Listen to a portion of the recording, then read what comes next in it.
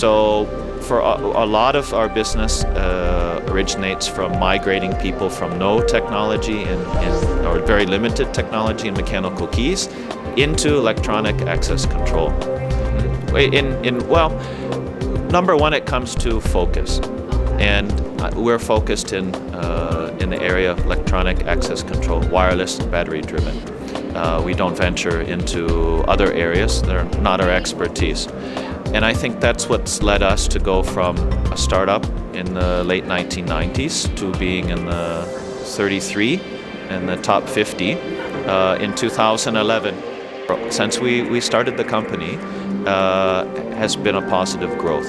So I think we're on to something. Some people call it a niche market. I think it's bigger. It's a convergence market. And I think this will continue to grow. We set up our first office in Asia in the year 2000, and probably a little bit early when it comes to this convergence market between mechanical access control and electronic access control.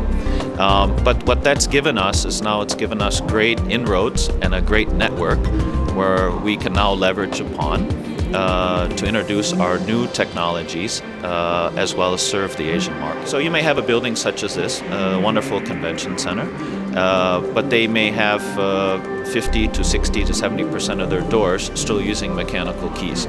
So even though a lot of the companies here would focus on the 20 or 30% that are the networked or access control doors, there are a number of doors that have no intelligence or very little intelligence. And being a wireless technology, battery driven, we're able to retrofit these doors to upgrade them from no technology to a state-of-the-art technology in SimonsVoss. So this is also a market that we're tapping. It's a convergence market between the mechanical and access control. So that's one route to market, is where you have architectural ironmongery companies that are looking at door solutions and they want to have a more intelligent door solution. But you also look at companies that are security integrators, for instance, access control companies. They're looking for unique and future-proof solutions, such as SimonsVoss, for digital locking cylinders or smart handles or wireless networking to complete their solutions for their owners, for the developers and facility managers. Our first networking was based upon a LAN network. This was probably in 2003, maybe 2004. I'd have to double check the dates. Thereafter, in 2006, 2007 roughly, we launched the world's first wireless networking. And this allows us to network the single door reader and controllers, which are smart relays, as well as our digital locking cylinders, to routers, and then back to the building management. In Europe, you have a lot of historic buildings. You have a lot of retrofitting, which cabling becomes difficult, and the labor rates are much higher. In Asia, we see a lot of new buildings, so there the pitch is a little bit different. But then you also look at the difference between the world markets.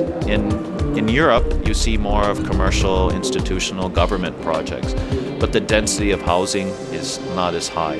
You look in Asia, you have a much higher density to housing, and so the requirements for the technology and solution need to be localized, or I always refer to as Asianized, to suit the local markets. So trying to take the decisions and put them on a handheld, or let the user be mobile with their decision, I think that'll change the game in the long run, maybe in the next 5 years or so. To be able to use your handphone to manage your facility, or your iPhone or your Samsung or whatever the device is.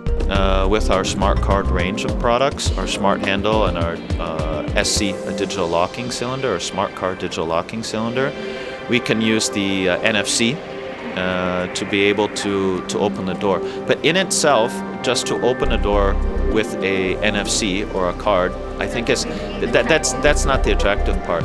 The attractive part to me would be that if you are able to put this in the cloud and you're able to grant authorizations to others without having to reprogram the door or not requiring the door to be networked, but you're sending authorizations just to the phone, and then the phone is then the media, the means to then trigger the door open.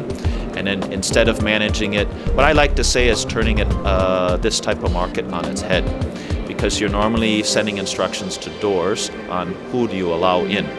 But if you look the other way around and says, why don't we only manage instructions to the credential, and then when they expire or you renew them, then they're allowed to go in the door, I think it opens a new market.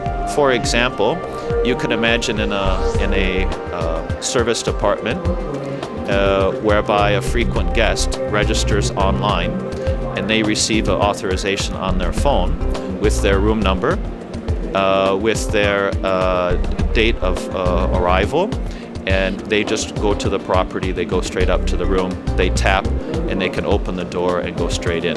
So it becomes an e-check-in, they can do it online, and they don't have to then go to the counter.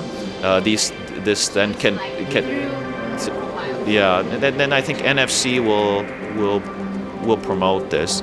There are a lot of I think questions still to be settled, but I think that's a very interesting